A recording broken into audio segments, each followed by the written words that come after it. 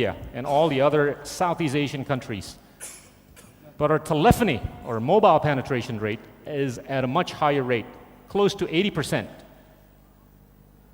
few days ago, the chairman of Google, Mr. Eric Schmidt, was in Bali to attend the entrepreneurship event for the Americans and the Southeast Asians. And he made a few startling observations about Indonesia. Notwithstanding the fact that our broadband penetration rate is only 18%, but 50% of the internet users in Indonesia are already using the mobile phones. Imagine somebody in Manokwari, in West Papua, could access the curriculum of MIT using his handphone. Imagine what kind of a game-changing that will take place. This is my favorite picture. It is not impossible that if we were to spend the money properly and appropriately in the next 10 to 20 years, that the future Steve Jobs will be born in Papua. It is not impossible that the future Warren Buffett will be born in North Sulawesi. It is not impossible for the winner of Nobel Prize in the fields of physics, mathematics, literature, peace, and all the other things will be from Indonesia in the near foreseeable future. Thank you.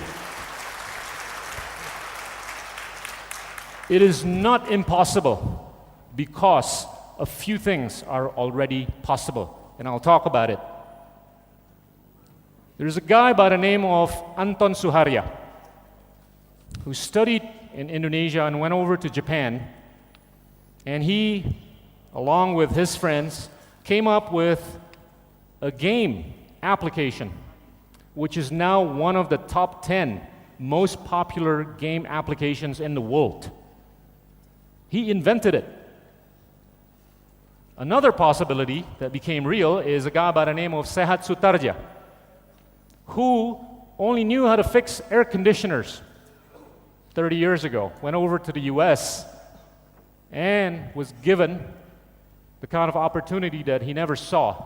He is now running a company which generates sales of more than $4 billion per year. That's a lot of donuts. Now guys, think about it.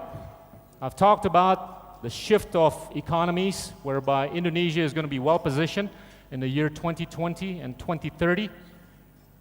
I've talked about the demographics, how we are so advantaged from a demographic standpoint vis-a-vis all the other countries, even in Asia, not to mention in Europe and in the US.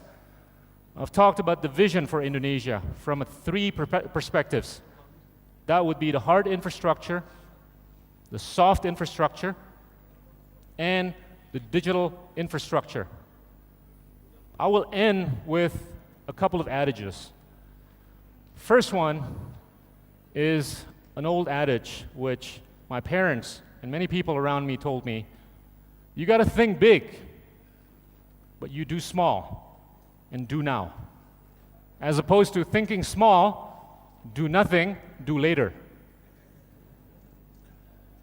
And genius is an infinite capacity for taking pains. We have gone through a lot of pains. In 1998, we were politically and economically moribund. We were written off by so many people around the world who have written books, articles, and everything that would have told everybody in the world that Indonesia was on the brink of balkanizing. But guess what? Our fiscal portrait is as sexy as ever. Debt to GDP ratio of 26% on a declination to less than 20% in 3 years' time. Monetary portrait with fantastic ability to manage inflationary pressure like no other in Asia. And a fantastic demographic bonus. But we can't spoil it. Last, a long journey of 1,000 miles begins with one single step. Thank you. Wassalamualaikum warahmatullahi wabarakatuh. Thank you very much, Pak Gita. No future without dreams. And I really love your dream about the infrastructure. 150,000 kilometers of road in the next 20 years. Don't we all dream about that in Indonesia? We're going to talk about education. That's one of the points you mentioned as well in the future, one of the key topics. But we will go to our second guest first, who's going to talk about strategy. His key area is strategy. Mr. Subaid Ahmad. He's the Vice Chairman of the Citibank Institutional Clients Group, and member of its Strategic Advisory Board. His strategic business is to help banks to deliver Citi product offerings to central banks and ministries of finance all over the world. Ladies and gentlemen, Subaid Ahmad.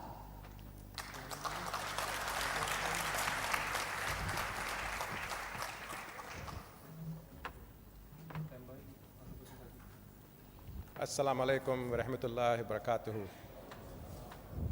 Good afternoon, everyone. It's a pleasure to be here. And I was going to say to George, even though I came a few years after you, George, I'm going to use the podium as well to keep you company. I am not the new generation, obviously. But I'm delighted to be here. And I've been listening to a lot of the remarks that have been made so far. And I think the conclusions and all of that are that we live obviously in an extremely complex world with increasing challenges, both internal as well as exogenous. Many of them we can control in terms of climate changes, which have impacted the progress and the growth of many, many countries. And as part of the work that I do at Citi, which is really running our business with governments globally as well as with sovereign wealth funds, I see a pretty interesting nexus of the things that we have been talking about and will be talking about this afternoon. First and foremost, I think as I'll talk about some of the recent trends and what we are expecting going forward, to echo some of the comments that have been made already, governments over the last decade have come to the realization that providing a more efficient and transparent way of doing things for their citizens has not become an option anymore. It's a necessity. And some of the recent trends that we are seeing all around the globe, especially in Middle East and North Africa, has put tremendous pressures on governments saying we have to own our own destiny. We have to take control of what we control, and we can't really worry about all the things that we can't control, because the only way for us to address the challenges when they come unexpected is to be in a position to deal with them as best as we can. No different than what we tell our children, no different than what we tell people who seek advice from us at a personal level. So that pressure on governments has become fairly important. Secondly, it's all about competing for capital, because the only way we can achieve the objectives and take control of our own destiny, as Pak mentioned, in terms of the infrastructure needs of Indonesia as kind of a hurdle to the next step, you have to be able to access capital. And one of the comments that George made as one of the most important events in the history of, I'm sorry, this is